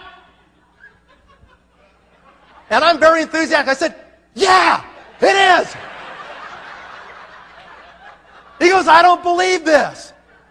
He said, I've been using this product for 2 years. Kind of like he didn't want anybody to know, you know? I've been using this for 2 years. This neighbor lady down the street sells it to my wife. I've been taking it, putting it on, you know? I can't believe it. I'm like, you got to be kidding me. No way. You know, that's incredible luck, right? And I said, well, he goes, I never knew there was a business with this. And I said, yeah, there is, you know. He goes, well, yeah, I probably would be interested. I said, we can take care of that right now. We signed him up right there in the room, okay? I was so excited. I walk out of his office. I feel like I'm walking 3 feet off the ground. I didn't even need an airplane to go home. I'm just like, I can't even believe it. I said, I called my wife as soon as we got in the rental car. We're driving back to the airport. I said, honey, you won't believe it. You won't believe it. She goes, what? Calm down. What? I said, we just signed up Danny White. Who's that? Honey, he's the all-pro quarterback for the Dallas Cowboys. I said, we're going to own Texas. This will be incredible. Right before we left, I said, now, Danny, listen. Here's what we got to do. I'm going to call you tomorrow. All you got to do is put like 2 people a day on the phone with me. I'm going to call you, and you just put them on the phone, and you just listen, and I'll talk to them, just like we did with you. We're going to sign them up. He goes, okay, I can do that. He's got a game coming up Sunday, And I'm like, okay, we're going to do this. And he is agreeable. He's kind of like, all right, I'll try to do this.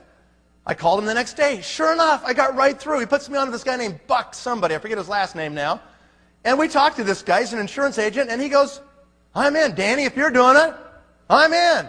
Then he goes, you got to be part of my new team. N-U, new team. Ha ha. Right? He goes, all right, good. And so we did it. Signed him up. The next day comes. I called Danny, can't get through. Next day, can't get through. Next day, Saturday. Next day again, Monday, can't get through. Tuesday, I finally get him on the phone. I said, Danny. I said, man, it's been like almost a week, I said, I got to talk to you every day. We got to be talking to your people now. This thing's happening, man. You can own Texas. Let's go. And he says, well, I had a game and everything, I'm a little bit busy, And I can kind of sense that he's just put off a little bit because I'm being a little aggressive. And I finally just said, you know what? I said, let me do this. Let me come down a week from Thursday. I'll come down there. You just get like 10 or 15 people in your office. Instead of me bugging you every day, we'll just do it like that. I'll come down periodically. We'll just get you started. We'll get some people going, right? And he goes, okay, we'll do that.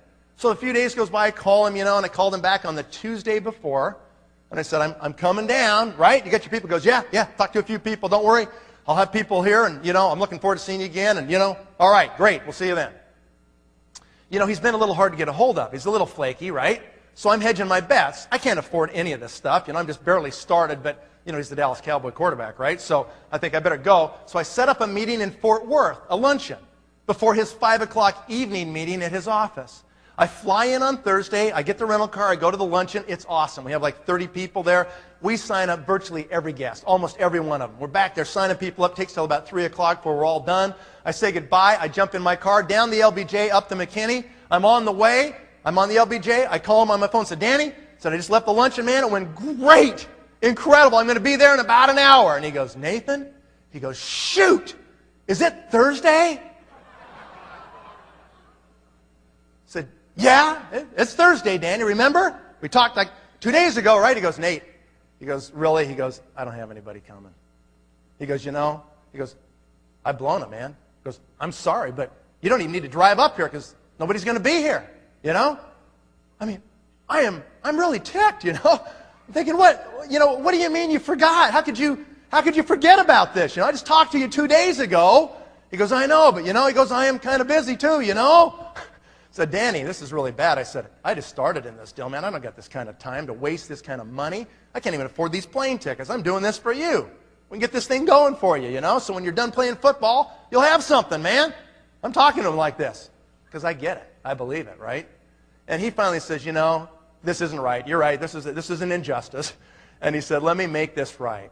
He said, why don't you fly to Phoenix on Saturday? He goes, I'll introduce you to my whole family. I came from Phoenix. That's where I grew up in Mesa. I'll put my whole family in front of him. I'm going to be over there on Saturday. What would you do? I'm sitting there thinking, right.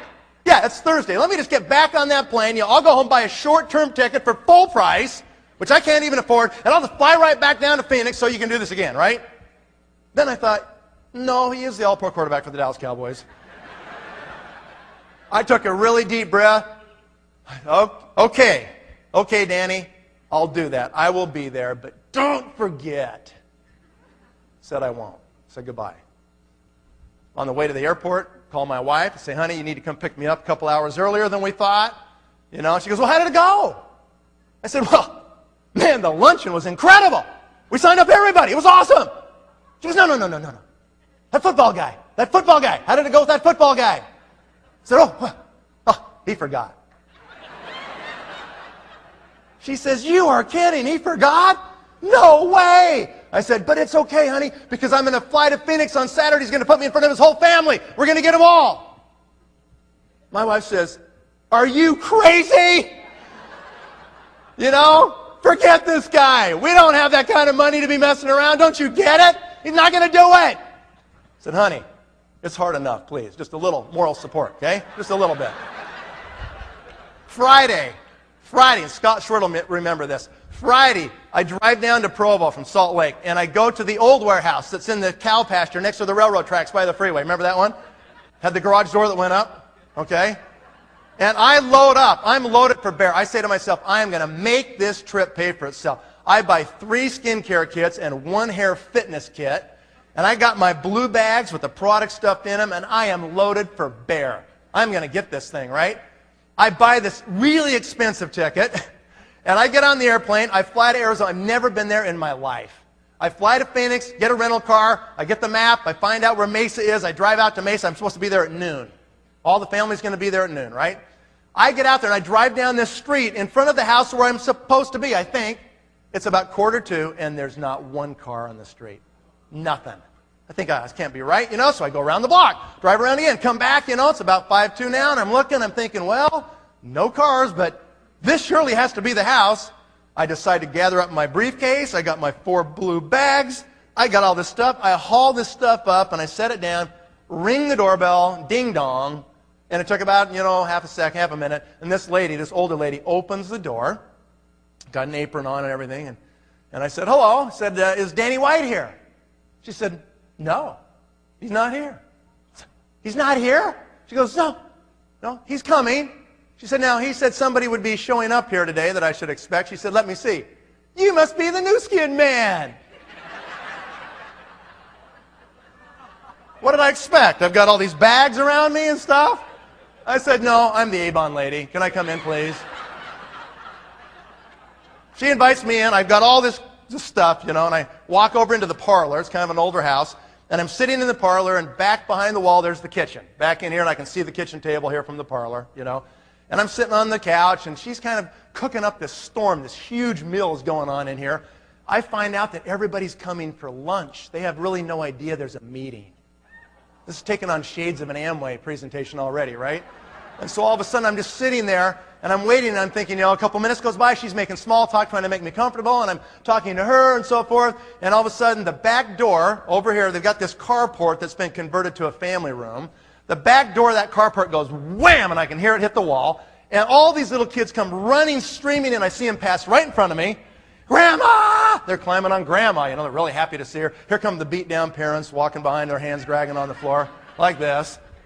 As soon as the parents come through where they can see me, they kind of see me out of the corner of their eye, and they look over, and they say to her, who's that?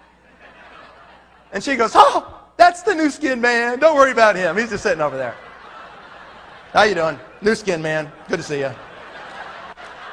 I mean, just insult to injury. Happened like 3 times. I mean, everybody's showing up now, you know, about 5-10 minutes late and everything. And I'm thinking, where is he? I'm ready to kill this guy.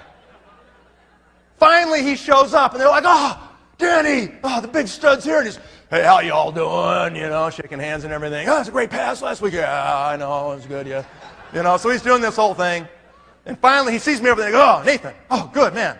Glad you made it. Almost like he forgot I was coming again, you know. Good, yeah. And he says, hey, y'all. He says, this over here is Nathan Ricks. He's with this new skin company. And we're going to eat real quick, and then he's going to kind of tell us about it. He said, I'm not really involved in it. I'm just kind of looking at it. I was like, you wimp. What are you talking about? You signed up. I didn't say that, but I was thinking that. They eat pretty quick, you know, kind of get the thing done. And then, all of a sudden, it's kind of time, and I'm pretty nervous, you know. I mean, this is it. It's going to do or die right now. And they've got this, you know, homemade family room over here, and Danny starts grabbing his dad, and he grabs his sister and his little brother and everything. And I notice there's this guy the whole time who's been sitting off in the corner over here. It's like he's antisocial. Everybody else is there doing their thing, and he's just kind of sitting over there by himself eating and not even really interacting with anybody. Got a whole bunch of kids in there, and his wife's in there, but he's just a loner. And I look over there, and I'm thinking, man, what is wrong with that guy? You know, I'm kind of watching him a few minutes. And finally, Danny goes over and grabs him. You know, I found out later this guy was a contractor out there in the Arizona sun for 20 years. I mean, you know, his face is just beat to death. I mean, talk about hammered skin and everything, you know. And he's sitting over there angry, you know. And so Danny just kind of grabs him. He's got this great big huge arm. He goes, "Come here, Scott, just come in here." And he just grabs him, just kind of sweeps him into the room with this big old arm. And he goes, "What do I want to go in there for?" You know, I felt like saying, "Because you look like a lizard, buddy. You need this stuff real bad." I didn't say it. I didn't say it. They sweep him into the room. He comes over there, and they've got this sectional couch, all right? So just picture this. Here's a sectional couch like this, and there's a single chair over here. Guess who sat in that? The angry guy, right? So I've got Danny's father, Wilford, right here. I've got Danny's brother right here. I've got Danny and Danny's sister and the angry guy. Okay? I'm over here next to the TV, and I'm in a chair, and I pull out my flip chart, and I say, "You know what? You guys are going to love this. This is the hottest thing you've ever seen." Boom, boom, boom. I'm going through my things, you know. It's like 15 minutes. It is hotter than stink in this room. This is like this little carport where they closed in the old garage doors. It's kind of a homemade family room, and it's got homemade air conditioning. And it's the last week of August of 1989. It's Phoenix, Arizona. It is hot. I'm sweating, okay? You know, I look up. I kind of come up for air to survey my crowd and see how I'm doing. You know, see how excited they are, right? And I look over at Danny's father. He's sitting on the couch just like this. He is out cold.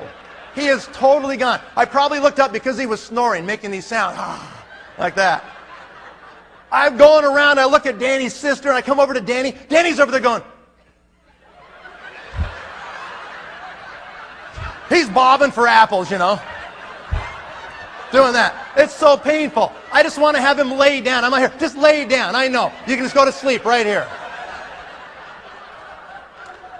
And then I look over at the angry guy. Literally shocked me. I look over. As soon as my eyes made eye contact, it was like that. This guy has laser eyes. I mean, who knows what was said? Who knows what happened? But I looked at him, and he had these laser beams just burning holes in me. He's like this. Looking at you, you know? Just, I'm serious. I looked up, and I was like that. I thought, oh, no. Not only is he angry, he's a psycho. The guy's a psycho. I think this isn't going so good, you know? I probably ought to wrap this up right now. I've got these 4 blue bags right there. So I put the flip chart together. I put it down. I said, this is the greatest thing, isn't it? I said, I know you all are going to want to be in. I've only got 4 kids. Who's first?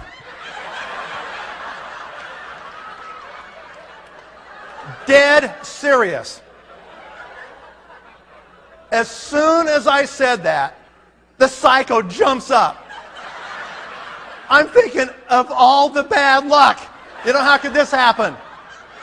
He jumps up, he marches straight over to me. He's got his hand pulling his wallet out on the way. He pulls out $250 cash, and he puts it in my hand. He goes, "I'm in," just like that.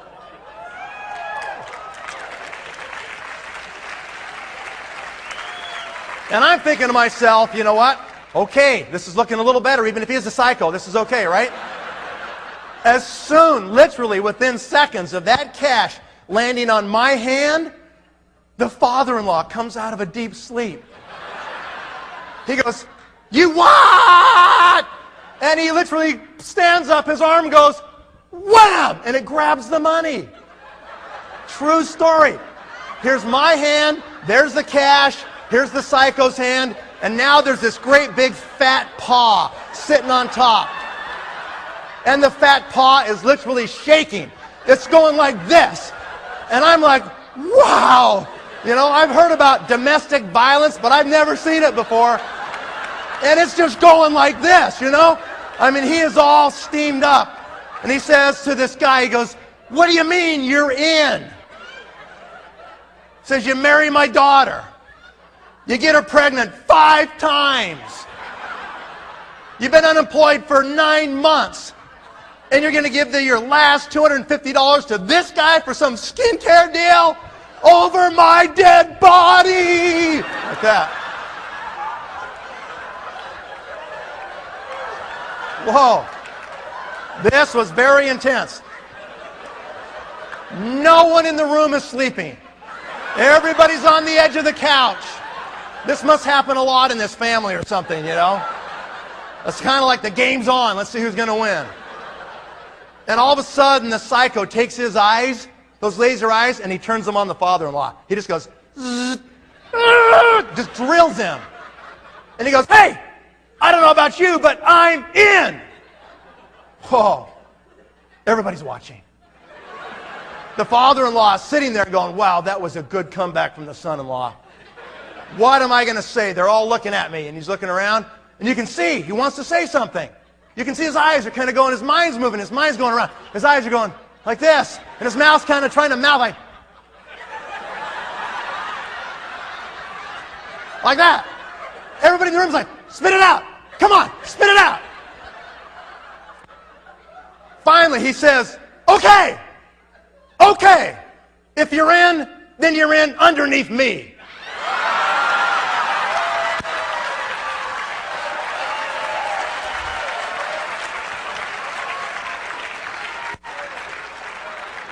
And so it ended up just like this. And I later found out that that person really wasn't a psycho after all. He was one of the greatest guys who's now retired, and you probably have never heard his name, but it's Scott Malone. Okay? This guy called me every day. Now, normally, I'm making judgments about who I work with, right? I've got to decide who I'm going to spend my time with because my time's limited. I look for contacts, resources, and credibility with those contacts. If they've got those three things and they get it, I'm game. I'm going to work with them. This guy had all of them except for the middle one. He didn't have any resources, but he was willing to do whatever it took. He called me every day. I remember one Saturday, we did three-way calls all day, like 14 hours. The next day, I put the phone to my ear. It was like, ouch! My ear was so sore. We only took breaks to go to the bathroom. That was it. 14 hours. He was willing to do whatever. He had nothing. He was living in a rented home. He ended up, the first month, we got his letter of intent in. He did his volume, pretty good volume too, like almost 10,000 within a few days. He really went after it. He was awesome, okay? And so his check shows up, and it's about $365. And his wife literally cried. And she said, Scott, don't do this to our family. Please get a job. Okay? He wouldn't hear of it. I don't know what happened. It's like the guy had a spiritual experience. He just knew this was his deal. He had to do it. He sells his family piano the next week. Couldn't even pay his phone bills.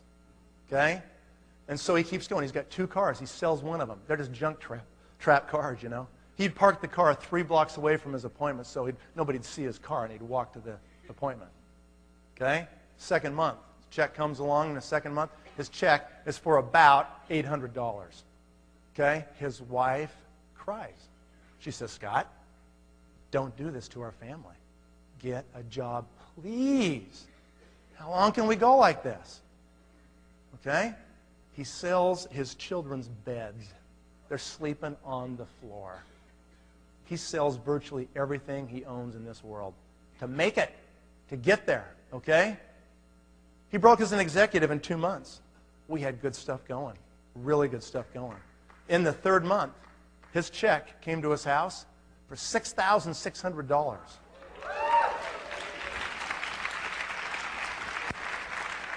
His wife says, man, I love this business. And then it went to 8, and then 11, and then 13, and then 17, and then 21, and just kept going, you know. Great story. Ended up buying his home that he lost to the bank back from the bank for less than the bank took it back for. And so let me teach you a principle now, okay? We went on to sponsor other people here, but Scott Malone was the locker, you guys. Let's just bring that up there so you can see that, okay? What's a locker? What is a locker? A locker is the person who gets it no matter what. They're going to do it. They're the one who says to you, thank you for introducing me to this. Get out of my way. They totally get it. Ladies and gentlemen, listen close. You will find your locker 3, 4, 5, 6 generations deep. Very rarely will you find your locker on the first or second level. Listen to this again. Write this one down. What you have to do is you want to spend all your time working on levels 4, 5, and 6. Did you hear me? You don't spend very much time working on level 1 or even level 2. You spend all your time down on 3, 4, 5, 6. You spend it in your downline. Because the level you spend your time on will multiply your results of the volume in your downline. In fact, for example, if I spend my time on my 5th or 6th level down here with Scott Malone, I'm going to multiply my volume by the number of the level I find my locker on. Watch, I'll show you exactly what I mean right here. Okay, so we get an LOI out of Scott Malone. I just want you to think about this, okay? First month to second month. In those days, you had to do 500 personal volume. 2,000 to get your LOI in, and 500 personal volume. Okay, so Scott Malone had way more than 2,000. He had almost 10,000 his first month. So I called up Wilford White, and I said, Wilford, this is Nathan. I said, Scott, your son-in-law is kicking butt. You've got a huge thing started underneath you. Wilford, you need to place your LOI. Wilford said, what's an LOI? I said, well, Wilford, it's a little letter that notices the company. You're going to be a leader, and you got to do 500 in volume right now. You need to do that and sponsor another 2 people. He goes, okay, I'll do it. So he put his LOI in, placed his order, sponsored a person or 2, got his LOI in. Okay, so that happened. Then the next thing that happened is he called up his son. He said, Danny, this is your father calling. Son, you need to place your LOI. Danny says, what's an LOI? Wilford said, well, I've already got mine done. You need to do yours. 500 volume, get a few guys, you'll have your LOI done. Okay, I'll do it. He does it. Okay, so Danny puts in his LOI. We call up Bob Creech. We say, Bob, that little thing with Danny White, that's going crazy. You got to get your LOI in right now. So he does it. Paula, same thing. Richmond was already an executive. Watch what happens here, you guys. Can you see the difference here? Today, in today's terms, let's put it today. Say it's 1,000 to place your LOI, right? The first month, everybody in that whole line can run off that $1,000. This is the first key pressure point in the compensation plan. Are you with me? Are you guys tired now?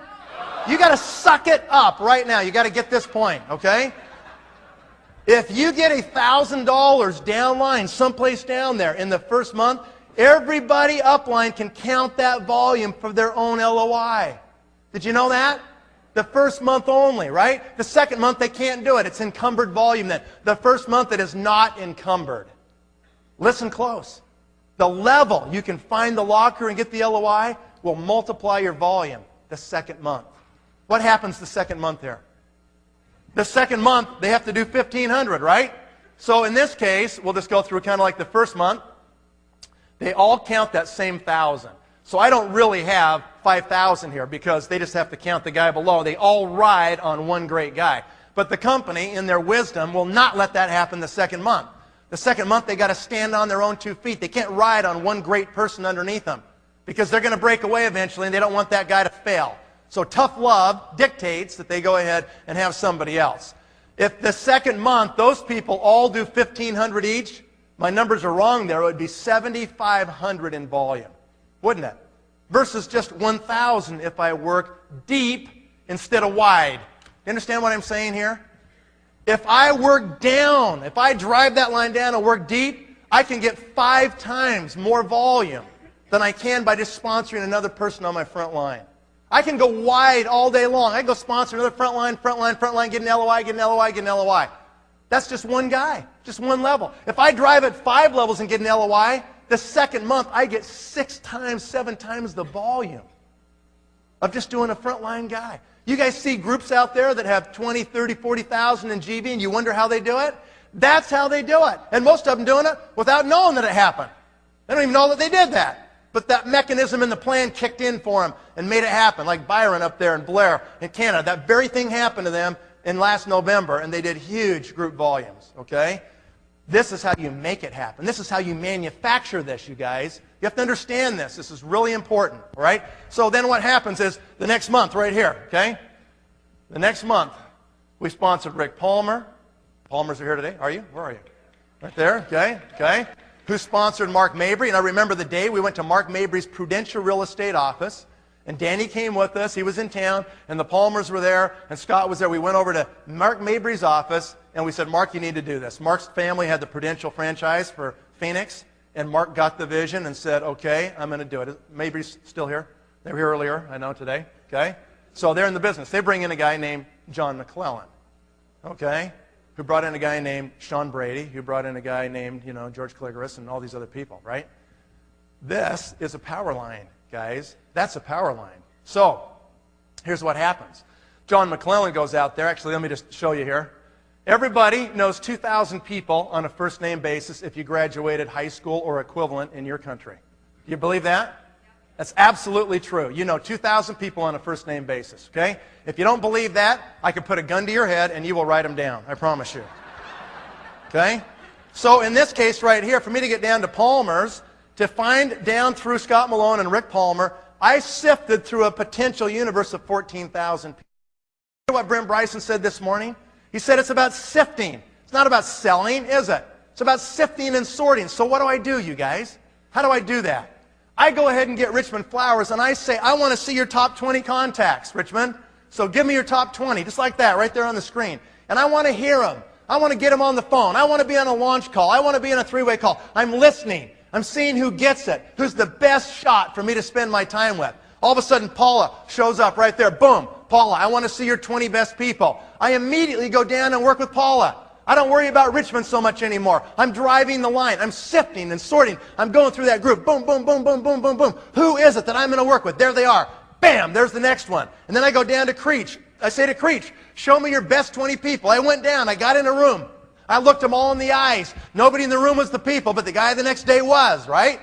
Sifting and sorting and looking, sifting through those contacts. And all of a sudden, wham, there's Danny, and then Wilford, and then the locker Scott Malone, okay? So by the time I went 6 levels on this group right here, I had talked to 1% of the potential universe of contacts. It's all math, guys. It's just the law of probabilities. Why do the very best people show up? Why do the lockers show up on 3, 4, 5, and 6? Why? Because you've now sifted through a large enough potential universe of contacts that you're going to hit the best people down there. You're going to find it in your downlines as you're sponsoring. You'll get a great person, and all of a sudden they'll find another one that's even better. And you go, wow, that one's even better. Oh, that one's even better yet. That's why it happens. Have you experienced this before? New people, you're kind of maybe going, I don't know if I understand this quite. Those that have been in this thing for 4 or 5, 6 months and you've done a little bit of sponsoring, you know what I'm talking about right here, okay? So it's math, guys. You have no time to look at 2,000 people, do you? Time's your enemy. A lot of you are doing this part-time, so what do you got to do? You got to get them to offer up. You've got to get them to self-select the 20 best people. What did Paige say this morning when she put up the system? What was the first thing on the system? Make a list of 100, and it said top 20 in brackets right there. You want to get them to offer up the most successful people they know and put them in there, right there, okay? So here's what happened. John McClellan, over time and pretty rapidly, became a team elite. He went out there and created 15 executives. This is the second principle you must understand about this compensation plan. If you understand this next principle, you can use it to create literally massive power legs. This is how you do it right here. McClellan becomes a team elite. Let's say Mark Mabry, all he has is John McClellan. What does that make Mark Mabry? A what? A gold executive. That's all he is. He's got one first-level breakaway called John McClellan. Is that right? But John has 15 frontline breakaways underneath him. To make the math easy for me, because I was never good at it, let's say all 15 of those groups do 10,000 each, just for simplicity's sake, okay? What's Mark Mabry thinking every month? What is wrong with Mark Mabry? He can't sleep. He is freaked out. Why? Because he's a gold executive, and a gold can only reach one level. Let's say McClellan's personal group's doing 10,000. How much does Mark Mabry make? $500. He gets 5% of 10,000, which is $500. What happens if Mark Mabry goes out and just gets one more executive? Just one more executive. Now what's his title? Lapis. How deep does he get paid now? 2 levels, 2 generations of breakaway executive groups. Voila! Mark Mabry can now tap in to John McClellan's first level, Mark's second level. If they're all doing 10,000 each, that's 150,000 in volume, 5% of 150 would be 7,500 more. In that case, Mark Mabry would increase his pay 16 times by getting one more guy. But that's not just the 12 or 15 on John's front line, is it? It's John's second line that has at least 24, and his third line that has 48, and his fourth line that has 96, and his fifth line that has 192 executives. When you build a dynasty down deep, and it's just interesting that birds of a feather flock together. Have you ever heard that? It's true. All of a sudden, once we broke through Malone, Palmer's were super successful people. Mabry's very successful people. McClellan had just sold his medical supply company for over $6 million cash. He was retired. He got it. He wanted to do it. Birds of a feather flock together. Powerful people. All of a sudden, what happened is that we build this dynasty, we push it down, and it comes flying back up. Because of what?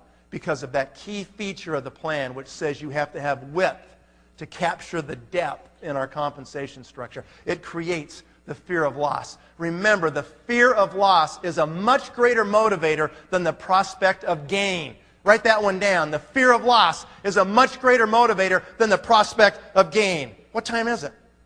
Oh my gosh. I don't know if it is. It's not okay. We got to finish this. Like, where's Lon? Where did he go? Is he back here? Okay, I'm just a few more minutes, but you got to have Lon go through this, okay? This is really critical you understand this, you guys. All right. So what happened is Mark Mabry had to become a team elite. He had to. He couldn't just sit there and let the money go back to the company every month. He didn't want his favorite charity to be New Skin, right? So he eventually became a Blue Diamond and then a team elite. He had to, because he wanted to tap into that dynasty that was down there and go as deep as he could into the dynasty, right? And then what happened is Rick Palmer became a team elite. Scott Malone became a team elite. Wilfred White quit. Sweet justice in this world anyway, isn't there? Danny White and Buzz Kroner became team elites. Bob Creech quit, okay? Paula Ehrlich became, and Mort became team elites right there, and Richmond Flower became a team elite. Guys, that's how you build a power line, right there. That line right there has paid me over $40,000 a month for 15 years. Is that worth a lot of money? Okay? Absolutely happened. Okay? So, I want Lon to step up quick. And Lon, just quickly, where is he? Come here. You're not running, you're walking. Let's go. We're out of time here, man. I want Lon to quickly cover this and just give me your example so they can see about driving lines. Lon Wardrop, one of the greatest in the game. Is this thing working here? All right. The time is short. Here's what I want to say. And I want everybody listening because I'm not going to say a lot, but listen. Peter, you too, buddy.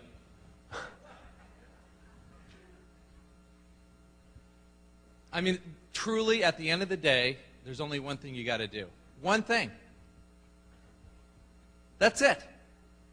We've heard some amazing things today. Amazing. Absolutely life-changing.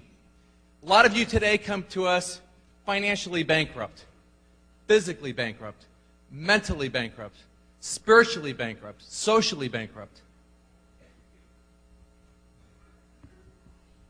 And we have the components to fix every single one of those areas of your life if you just let us. And the word's let.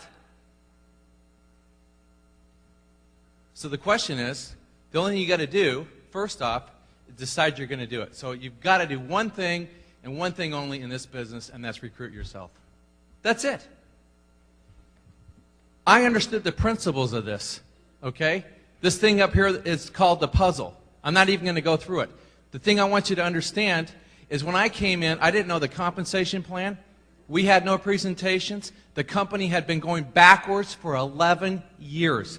22% negative growth in the United States in the year 2001, and I decided to do this thing. Okay? In the U.S. market, there was a lot of, with a lot of the leaders, there was a lot of non-belief system. And I didn't believe it at all. I believe this is the greatest opportunity, and I was willing to risk everything for it. I'd been retired for 6 years in another company, and a lot of people thought I brought all those people with me. I brought none, zero with me. I started cold turkey from scratch. I went back to my roots in Cheyenne, Wyoming, and talked to people that I've known since 1966 and recruited them.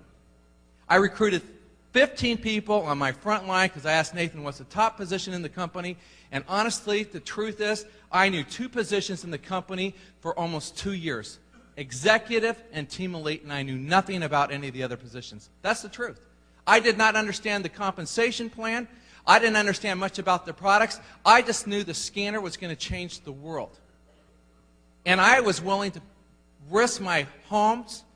I had multiple homes. Risk everything because I had another cash flow coming in, realizing I could lose it all. And I want you to know there has been not one day I doubted. I have never feared once doing this business at all because I realized that we were going to change lives forever. Do you really understand that? And when you can get that in your eyes and in your heart, you've got a lot of great stuff today here. Are you taking it down to here? Period. That's the end of the story. So you got to ask yourself, are you sick and tired of being bankrupt in those categories we just talked about? Are you tired of it? Because if you're not tired of it, you won't change. There is a higher source. Rely on it. Period. Okay? Drop to your knees, rely on a higher source. Fear and faith. Who is your master? Period. Okay? The only thing I disagreed with Harv Eker today, I don't have fear. 0. None. Absolutely none. Okay? Because I absolutely believe in what I'm doing and believe in what we're doing as a group and realize that the secrets of a millionaire mind, we have the capacity in this room. Honestly, I believe there's people in this room that will be making $1 million bones a month. You will be the bank. A month and more. We haven't seen what this thing's really even all about. When we're talking $5 and $10 billion company here, I think that's a joke. When we have something to affect the world forever, we have the only thing that we have no competition. You know, even when Scott put up, here's our competition, I told him to put in a person that's in a coffin, a skeleton in the coffin, because there is none. So at the end of the day, all this stuff is great. It's all here for you. All these presentations are on the website. You have everything here for you. So the only thing you got to do is recruit yourself. And are you going to do it? Okay? And the last thing I want to say is this, all right? Go and do this and have fun. Love people. Don't take your life so serious. Enjoy your life. Have fun through this whole process. Okay? Start doing some great self-talk. You know, go to this great seminar that Harv Eker's invited you all to go to. Go listen to the tapes. You know, quit watching the TV. Quit doing all the things that screw up your life. If you want to lose weight, go get it done. If you want to have a better, mental capacity, go get it done. If your spirituality is screwed up, fix it. Okay? It's there for you. The taking's there. The opportunity is once in a lifetime. It's not. Why is it that everyone else gets all the opportunities? How come Nathan is so dang lucky? How come everybody else gets all the breaks? Tonight, today is your break. This is it. Take advantage of it. Whether this message catch you at 18 or 81, it doesn't matter. In 5 years, we'll all be 5 years older. Nate, you're on. Okay. All right, guys. I need 5 minutes, okay? I'm going to show you 5 minutes here. We're going to be done with this thing. I'll get through this fast. This is one slide that we're not doing. Okay? Next slide. Okay? There we go. All right. See if we can get to the next one. Okay. This is what I did my first run. We just went through this one, you guys. I want to show you my power lines. I want to prove to you can manufacture them. Okay? So there's a power line right there. Here's the next one. Okay? Mike Greco worked for me in my real estate office in Salt Lake City when I decided to do this business in 1989. Mike has a brother named John Greco. Y'all know John? Fantastic guy. John was selling pots and pans. He decided to do this business. San Diego, California. The day before, we went ahead and recruited, the day before the 1989 convention, we called Anthony Antonelli in Washington, D.C., running a management consulting company back there of his own little boutique firm, consulting companies on mergers and acquisitions. And we said, you need to get your butt on a plane and come to this convention. He did it. He came out of that convention in '89, September of '89, and he went home and shut his boutique down. And he went and did this thing full time, okay? He was the locker in that leg. I went to Washington. I went back there repeatedly. We worked together. I forgot about John and Mike. I just forgot about them. You go straight down to that locker, you guys, and you pound it, okay?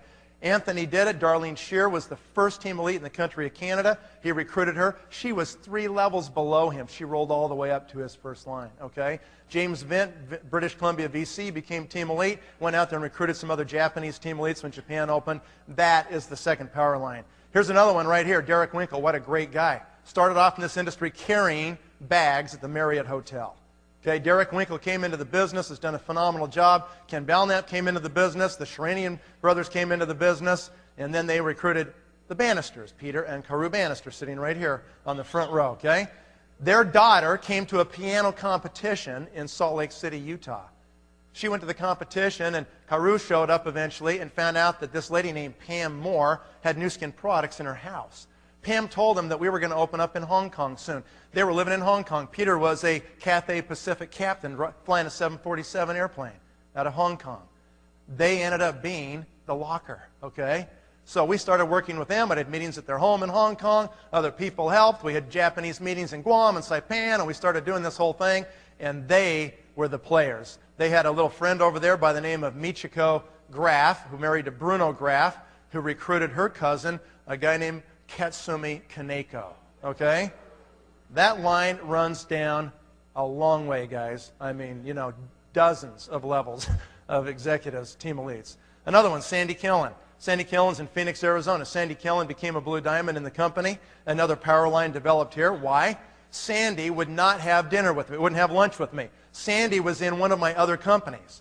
I called him up and I said, Sandy, it's Nathan. I'm down here working at Scott Malone and all these guys in Arizona, and I thought I better call him. I called up Sandy Killen and said, we got a hot deal going, Sandy. You need to come lunch with me. I got to talk to you. He says, you know, no, I'm not going to do that. I said, come on, you got to eat lunch. He goes, not with you. Just like that. And I said, well, okay, if you don't want to go, how about your wife? I'll have lunch with her. He didn't like that any better. And so finally, I said, well, then I'll meet her. And so I called her. He had just called her right before I called her and said, you know, don't have lunch with this guy. I get Robin on the phone, and I said, I just want to meet you and tell you what we're doing. I'll give you a videotape. It won't be 15 minutes. I gave her a little videotape called Catching the Wave that we had in those days, all right? They took it home. I thought that was the end of it. 3 months later, it's midnight. My telephone rings. It's in the middle of the winter, and it's Sandy Killen. He said, my daughter's got colic. I'm up here. She can't sleep, and I'm patting her back, walking around, and I just got bored, and I threw in your tape. I said, I want to do this. I get it. Okay? You never know, guys, what's going to happen from some tape you leave or something you put out there, okay? Sandy Killen recruits a guy over there by the name of Leron Lee. See if I can get this thing to work, okay? Leron had played baseball in Japan, and when he was there playing baseball in Japan, he used to play for the Dodgers, right? He had a little interpreter person named Shumi Ru, okay? And we recruited Shumi, and she helped us translate and interpret and is responsible for a lot of what went on in Japan. And she recruited Fumi Sawai. He recruited another guy, and Shumi has a $5 million circle membership in this company. She's almost $10 million circle now. She's made millions. Okay, this little interpreter lady who you might have seen running around here, she is incredible. Okay? And the last one was Blake Tillotson, my other brother-in-law, an engineer who really didn't like to talk to anybody, who recruited Jeff Mack, who you heard earlier today, right?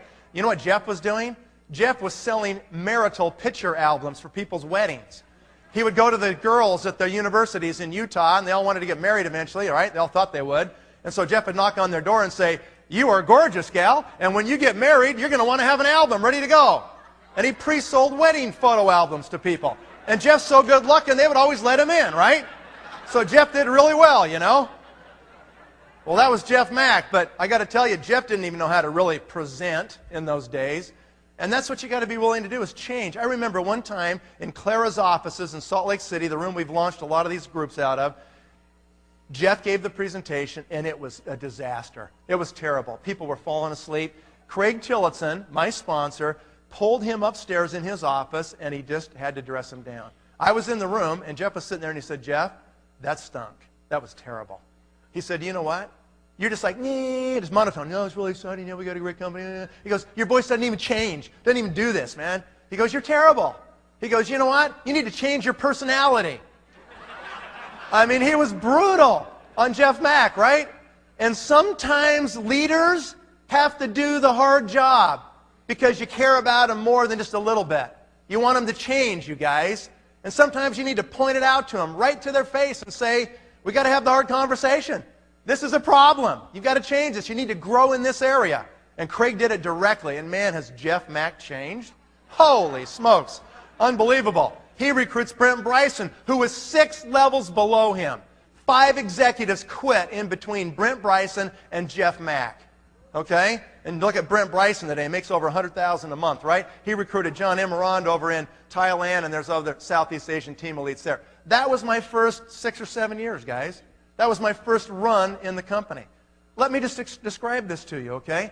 You can manufacture power lines. You learn these concepts I've taught you today, and all of a sudden you will realize that this business is not a lottery. It's not like, oh, well, that guy got lucky, and, that one got lucky, and that's why they made it.